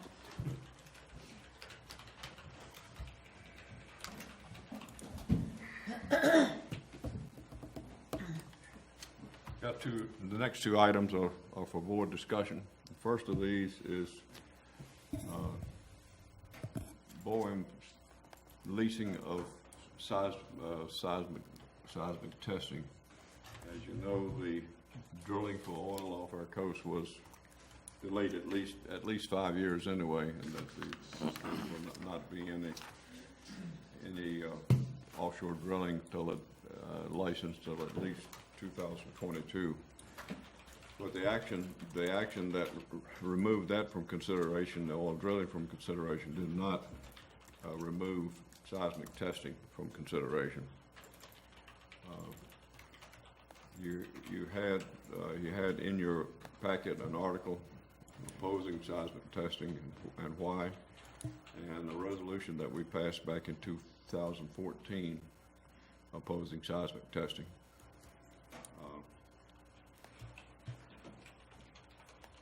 What action, if any, would you like to take as a board now to reemphasize our position that we are strongly opposed to seismic testing off of our coast?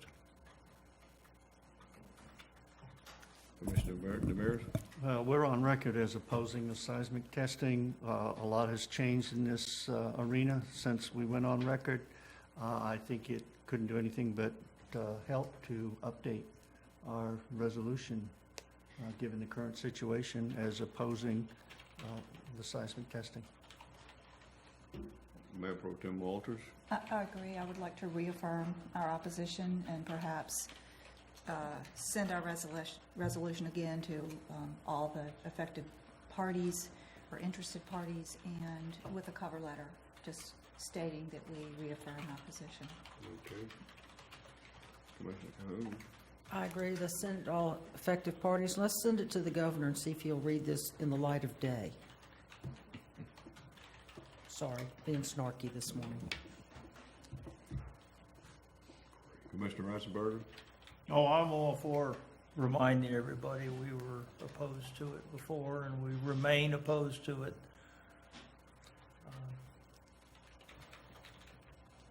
What would be y'all's opinion if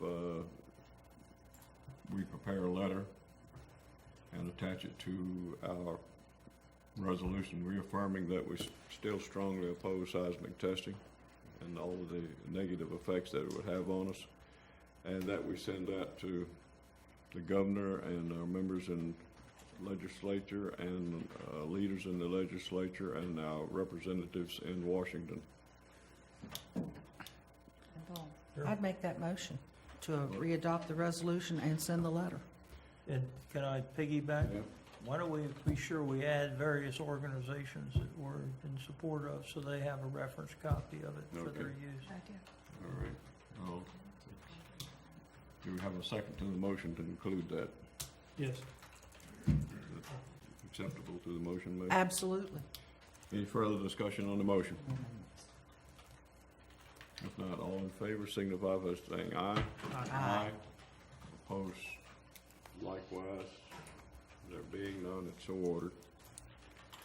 Next item is discussion of House Bill 2, which was entitled An Act to Provide for Single-Sex Multiple Occupancy Bathroom and Changing Facilities in Schools and Public Agencies. But when you read down through it, that's just a smoke cover is all. It's in a portion of it's devoted for that. A lot of the items affect us directly in that we would no longer be able to declare in any of our contracts or locally in anti-discrimination language in any of our contracts or have any anti-discrimination ordinance locally. Also, those who have been discriminated against would have no public recourse. There is a section in there that removes that any person who has a grievance under this ordinance cannot go to court about it. There are several other disturbing parts of this bill, and as you heard this morning, it's going to affect our tourism industry.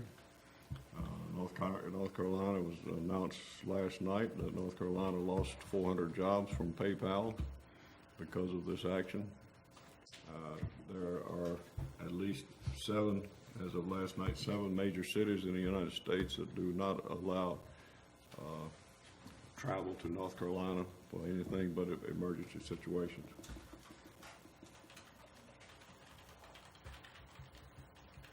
What would you like, action would you like to take on this issue, if any? Let's start with Commissioner Cahoon. Oh, thank you. Been doing a lot of reading on this. Sort of the major companies. Well, there's a lot of privately owned breweries in North Carolina, some of which have withdrawn from the North Carolina State Fair. They do not want to participate in Goodness Grows in North Carolina. And I find it ironic that I just received my certification, and I would no more put that on my door right now, Goodness Grows in North Carolina, than anything, because I'm not sure goodness is growing in North Carolina. Part of the bill that concerns me, not just from the tourism part, is that it would prohibit the town from asking people that do contracts for the town. Mm-hmm. It doesn't say that they would have to even meet minimum wage standards. And if anybody in this room really knows what minimum wage is in North Carolina, it's about $7.50, $7.75. $7.25. Yeah, it's not much. But it would prohibit us from even asking that contractors at least pay minimum wage. And for the life of me, I have a hard time sitting behind this desk signing contracts with people that could get away with not paying minimum wage and their employees would have no recourse. No recourse is a critical issue. And that's disturbing to me. I would hope that we discussed a paying class study in here yesterday for our employees, yet we could do business with other people that wouldn't even have to meet that. We're in the tourism business. I know I'm in the tourism business. And it will have a recourse. I've already received emails asking if people could cancel reservations for weddings that are planned here. Mm-hmm. I know people are now starting to try to get money back from Festival Park, which is a state facility for weddings that have been planned. So that's our economy. All that money comes directly to us with occupancy tax and sales tax. So I think this bill, while there may have been a glimmer of a good intention, the bill got redefined dramatically. And I have a hard time asking parents to even discriminate among their children. If you've got 3 kids, 8, 7, and 5, the 8-year-old has to wait out in the mall while you take your other kids to the bathroom. How many instances of kidnapping occur? Because what mother is going to leave her kid out in the mall or at a fairground, the state fairgrounds, given today's climate? And I don't think parents like to discriminate with their kids and say, you wait out here and be careful of stranger danger. So that's my comments, Mayor. Thank you. Mayor Pro Tem Walden? I find pretty much all of this bill disturbing, and it kept me up last night thinking about what to say about it, and this is just my personal opinion. I think it is discriminatory at best. I think it's persecutory at worst. I think it's government overreach, and it reminds me of an ugly past in the South. It's based upon fear, not fact. There's no statistical data presented to justify the bill. Actions speak louder than words. This bill has been a national embarrassment to North Carolina, and it's hurting our state and local economy. This bill is already having a negative impact on our primary economy, which is tourism. People are canceling reservations. How will we get them to reconsider or ever return to the Outer Banks or North Carolina? This is not who we are. We are an open and welcoming community. To my family, friends, visitors, and guests, I sincerely apologize for the discriminatory language and overall message in this bill. It's a shameful piece of legislation, and I hope it will soon be repealed. I am reminded of the quote, and it's probably not a direct quote, it's similar, it's all it takes for evil to prevail is for a few good men to do nothing. I hope we will do something today in an attempt to right this wrong. Thank you. Thank you, Mayor Pro Tem. Commissioner Demers, what's your opinion? I'm strongly opposed to the mindset that's behind this bill. I had the opportunity to attend a legislative presentation and question and answer session a couple of weeks ago that was hosted by the Albemarle Commission. 3 of our state legislators were there. They weren't totally united in their opinion on this. They hadn't even seen the bill at that time because it was coming up the next day. But some of the comments and the sentiments that were expressed to me were unsavory. And I feel that being a municipality in the state of North Carolina, we're being smeared unfairly by the nationwide smearing of North Carolina. And we're being ridiculed across the board, getting press on the Today Show, for example, about this act. I'm totally opposed to it, and I agree with Mayor Pro Tem. I'd like to see us at least make our position known and take some type of action so that people know this is not law that Nags Head supports. Good, thank you. Commissioner Ratzenberger? Like several of you, I spent an inordinate amount of time reading things on this. And I'm not going to repeat anything anybody said. You've all said it right. The thing that tripped my trigger on this thing, we're a Dillon's Rule state, so we know what that means. We can only do what we're allowed to do. But there's an assumption implied in that, maybe not. John probably tell me no, it's not. But there's an assumption that we actually work together on these things. We're subject to the legislature could wipe us out tomorrow. Special session and Nags Head can no longer exist. They have that power. However, there's an assumption that we collectively work together. And that was just violated. And it was violated in a bad way. There was a local situation that got people stirred. They then proceeded to call a special session to deal with that and did not deal with it openly. You can't be open if nobody knows. I follow this stuff pretty regularly, and I didn't find the bill till it had been almost literally minutes before it was approved. Most legislators didn't get it until then either. That's not open. And then, lo and behold, it's not offered up. If there was a problem with Charlotte, it should have been dealt with as a local bill to solve the problem, to solve their perception of a problem, and then come back in full session to deal with the rest of it. That wasn't done. And not only that, as has been mentioned, they took the opportunity to add at least 3 unrelated issues into this bill. And one size does not fit all. On payroll, on minimum wage standards, on the thing, they have eliminated local court, state, and John, you can correct me anytime, but state court dealing with discrimination stuff has thrown you into the federal system, which yes, but then you don't have those kind of rewards from the federal system for discrimination that you would locally.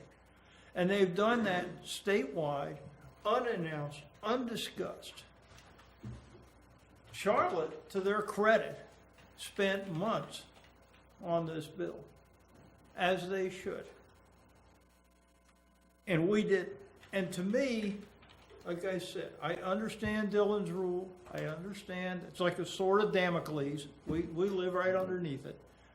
However, but I think it's really time for us and all the other municipalities to make a strong statement about the way in which legislation is being conducted now in the state of North Carolina. And we can back up to the aesthetics bill, which popped right up. We can look ahead to the MSD issue that we've alluded to here, which is really a local issue, a personal issue being brought up on a statewide level. We can look at redistricting. We can look at a number of things that have happened recently in the legislature that are breaking the contract between them and us to all the citizens. And it's difficult to understand when they claim small government, they only mean federal and local, but not in the middle, which is expanding. So from those purposes, I'm all for calling them out. Time take, make a position. I think it's mandatory that we call them out. This is just an atrocity that we don't want to be part of, and it's an embarrassment to our town. And when such an embarrassment occurs, we need to take action. So I feel like we need to take action and take the strongest action that we can possibly take to let our legislators know that we do not support this bill. We do not support their actions. And we want this bill to not be nullified as rapidly as possible. Yes. Mayor, I couldn't agree with and I'm proud of all the members of this board for their comments today. But I would ask that in whatever we send them, we include language that openness in government deserves true openness and not bills adopted in the dark, and that the public of North Carolina deserves the right to at least read what's being proposed and have public comment, public hearings. We here talk about transparency. I feel like it's very hypocritical in Raleigh at this time. And so whatever language, I'd make a motion that we authorize the mayor, the manager, and the attorney to write a very strong letter of opposition to this bill and ask for openness, true openness in North Carolina, and put our slogan back that goodness does grow. Commissioner Ratzenberg. But along with that though, I'd like to ask, you could wear boxing gloves and we can still keep the moral high ground. I don't consider this sample documents from another town that we were given. Their language is more like Trump and Cruz talking. And we need to stay above that and make our points without including buzzwords and all these other things to inflame the other side. A statement. I don't think anybody here in what they said, and if I'm wrong, correct me, but I don't believe anybody here did that. And I want to maintain that tone when we go forward. I'll accept that as a friendly amendment. If I can get, I'll accept that as a friendly amendment if I can get a second. Yeah, sure. There's second to Commissioner Cahoon's motion. I'll second. Okay. Any discussion on the motion now? Sorry. All in favor signify by saying aye.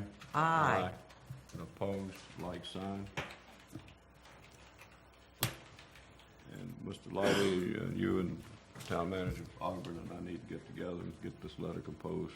Yes, sir. As rapidly as possible before we go any further down this road. All right.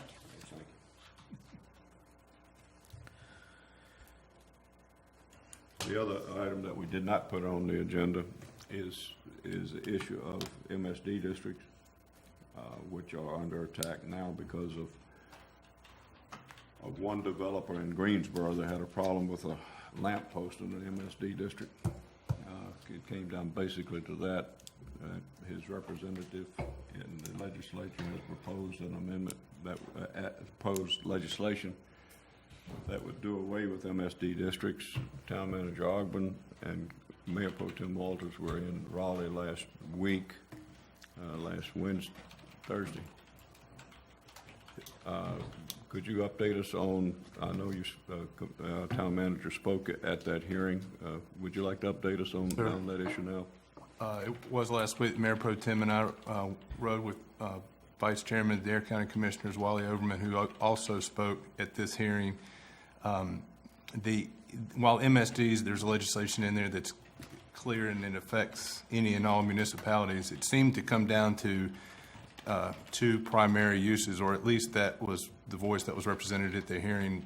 Beach nourishment, there was a strong contingent of concern voiced by managers and elected officials from the beach nourishment towns.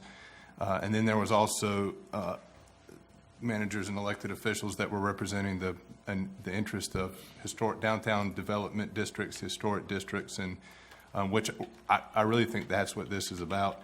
Today at 2:30, the committee will meet again. They postponed any decision at their meeting last week or recommendations to go up to their full respective boards, but the committee will meet again today at 2:30, and this is something I think we need to, and we're being advised to watch very closely. It's a 10-person committee made up equally of the House and representatives. Senator Trudy Wade from Guilford County is co-chair, and Representative Davis from New Hanover is that portion of the House's representative. I think where this thing is headed is future MSDs, as you all know, are concerned. While it seems as though present MSDs wouldn't be amended or changed, we may one day need to extend our MSD. And of course, there's other municipalities that have not established fully their MSDs. None of us have an MSD that reaches the entire length of our project. What probably will happen is that there'll be, because of this person that doesn't want to be in an MSD, you'll have to set forth a process that those in an MSD or proposed MSD can come before you and make a claim as to why they shouldn't, petition you as to why they should not be included in an MSD. Frank Rush from Emerald Isle made a good example of this. For their project, someone came, and that, as I've said, you get petitioned every day. Right. You go to the grocery store this afternoon, you're going to get petitioned for something.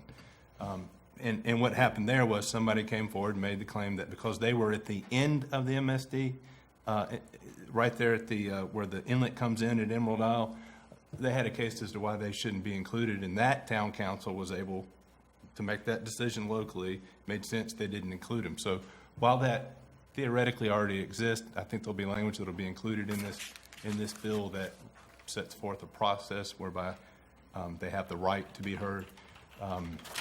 We made the case that, while on the ends you may be able to make that, but in the middle, if you have 400 properties that get nourished north and south of you, you're going to receive a direct benefit and a direct impact, which is a benefit to you. So there's really no viable reason why you could come out.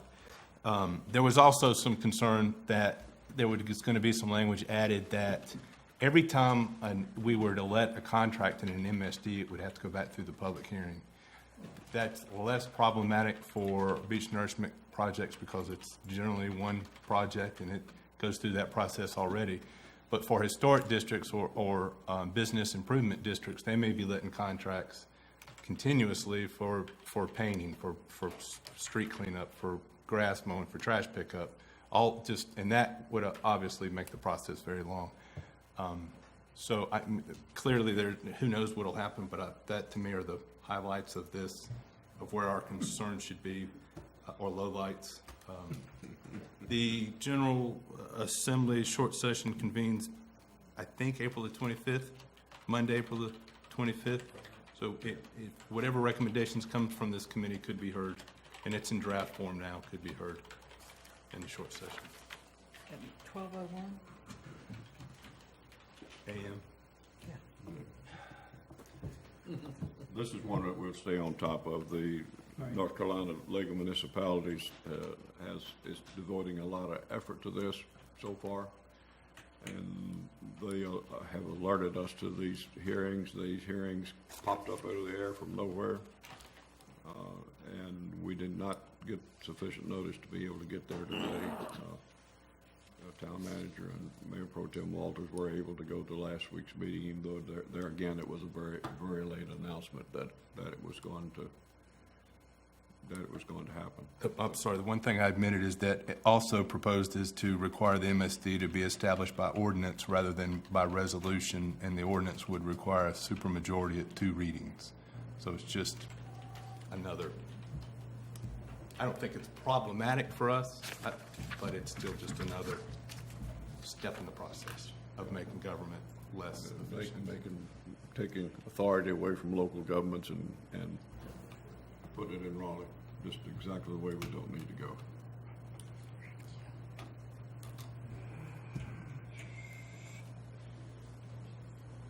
The next item is request for closed session to confer with the board regarding ongoing litigation to preserve attorney-client privilege.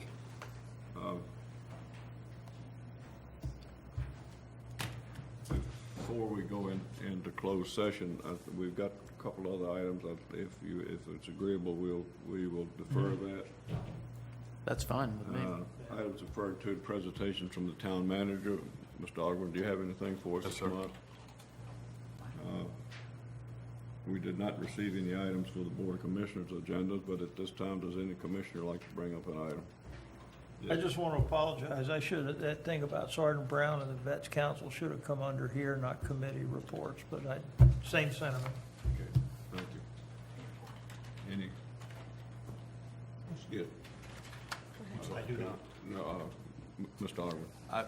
At some point, I'm erred by not commenting and extending a huge appreciation to the Nature Conservancy, our fire department, and the Forest Service for keeping us safe from what could have been a very, very bad situation. And from what I understand, it actually received some national attention.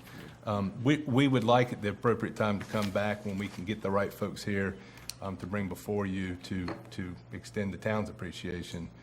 But I do. This is the first opportunity that I've had to extend our appreciation to our fire chief and our fire department, but others as well, and help me out if I've forgotten somebody. But okay, it's kind of a long list of players for sure. A lot of moving pieces for the whole thing.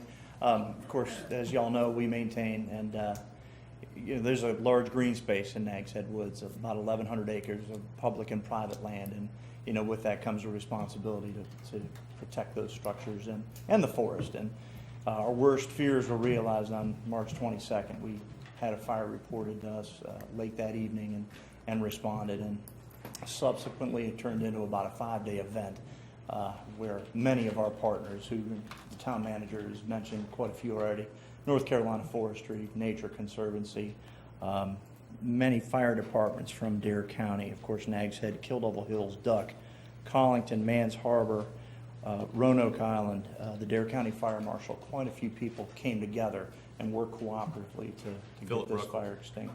Philip Ruckle was there. Phil was there, absolutely. And Phil moves pretty quick when the fire is behind him, that's for sure.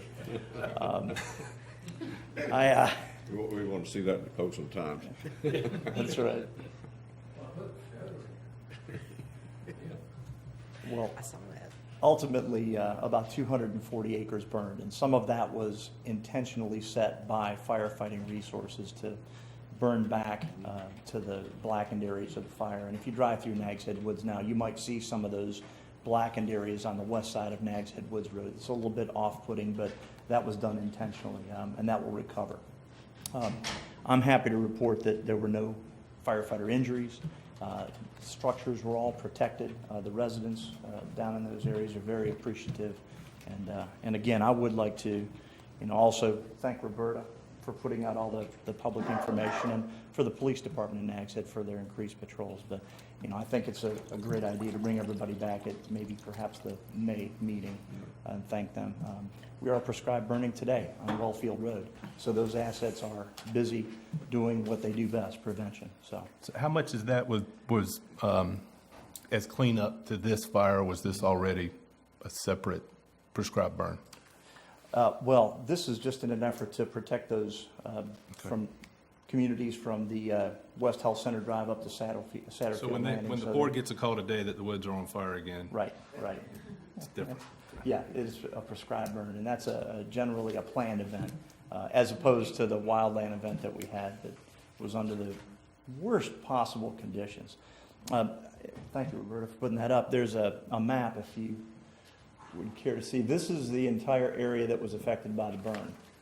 And just to kind of give you a little bit of maybe perspective, this is the border of Kill Level Hills and Nags Head. This is one of the affected properties out on the point that had literally fire all around it during the entirety of the event. This is Nags Head Woods Road. This is the power line, and you know, Dominion Power came in and actually terminated that power for the course of the event. It didn't really inconvenience too many people because the folks that were in those homes were evacuated, but the fire did on several occasions jump over Nags Head Woods Road. It was extinguished very quickly, but you could see that there's not much space, with the exception of the power line, for that fire to have progressed into heavily into structural and residential areas. So again, firefighting forces worked together and just did a magnanimous job putting that together and extinguishing that fire. And on 25th, the morning of the 26th, it was deemed under control.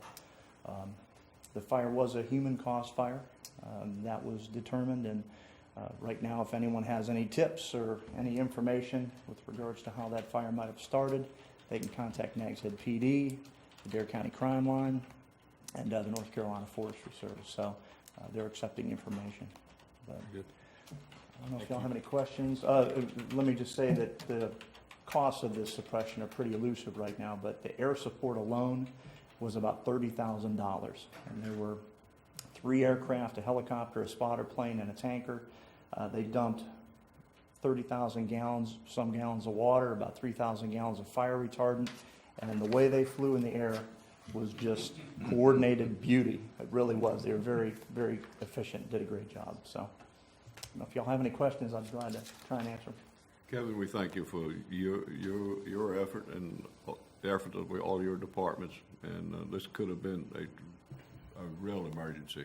Absolutely. Had such quick action and gotten the team together to fight it. So we certainly appreciate it, and we definitely want a big thank you session for all of these people at our May meeting. Okay, we'll do it. Good. Thank you. Thank you, Mayor. I apologize. Thank you. Yes. I just had one question for the manager. Flood maps, any? Yes. Any We did. news? I don't know. We've asked for an official response, and Holly, if I'm not putting you on the spot, can you address? Sure. Okay.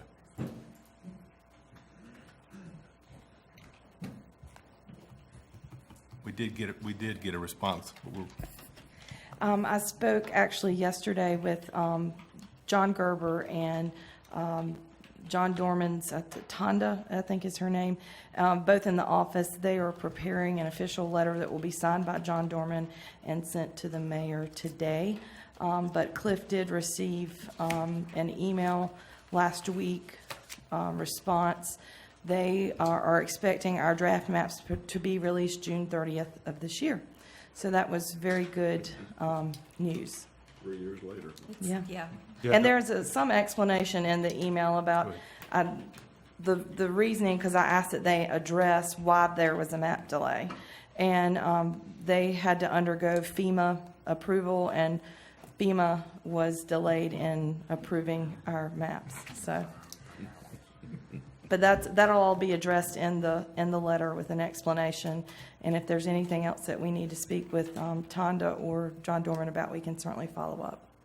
soon as I get that, I'll forward it to you. Get it out to everybody as soon as it comes in. It's a lesson in why they should have contracted with private enterprise rather than the state of North Carolina. Yeah, we're gonna let FEMA respond to that now. Anything else on the Board of Commissioners agenda? One thing, sir, Mayor. I should have mentioned earlier that I, as a private citizen, I did respond to the Monitor Marine Sanctuary thing by the date. So just want to let you know that I have put that input in. Now, we have assurances that any response that we make will be included in. Doesn't say that on the website anywhere. No, I'm no. sure that's interesting. We had requested a closed session to consider closed session minutes. We need to postpone that. We need to take another look at what should be open, what should not be open. So that will both be postponed until next month. Is there? Hey, class, are you going to address my email with you? Yeah, I need to. Okay.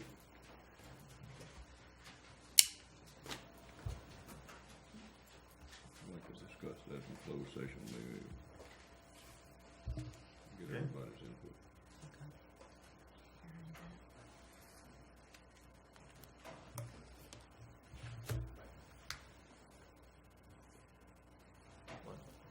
Are we ready to go? We're ready to go to closed session. Mr. Lighty, there's one item on the pay and progression issue that I would refer to discuss in closed session. If that's not possible, then we will do that when we come back. If it's going to deal with the evaluation, performance, compensation of a specific individual, that can be discussed in closed session under the personnel exception. Well, that would not be the case, so we'll have to discuss that when we come back at it. We're back to your request for closed session. Yes, sir.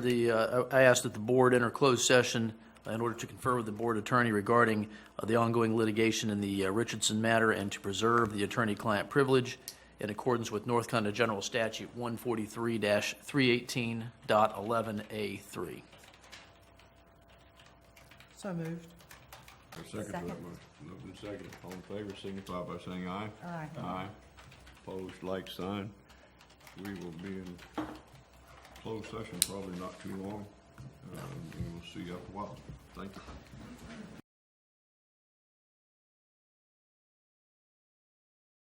Closed session, please. Yes, sir. The board did discuss with the town attorney the status of the pending litigation with the Richardsons and discuss matters within the attorney-client privilege. The town also took some action, but that does not need to be disclosed at this time, but no other actions were taken. Thank you.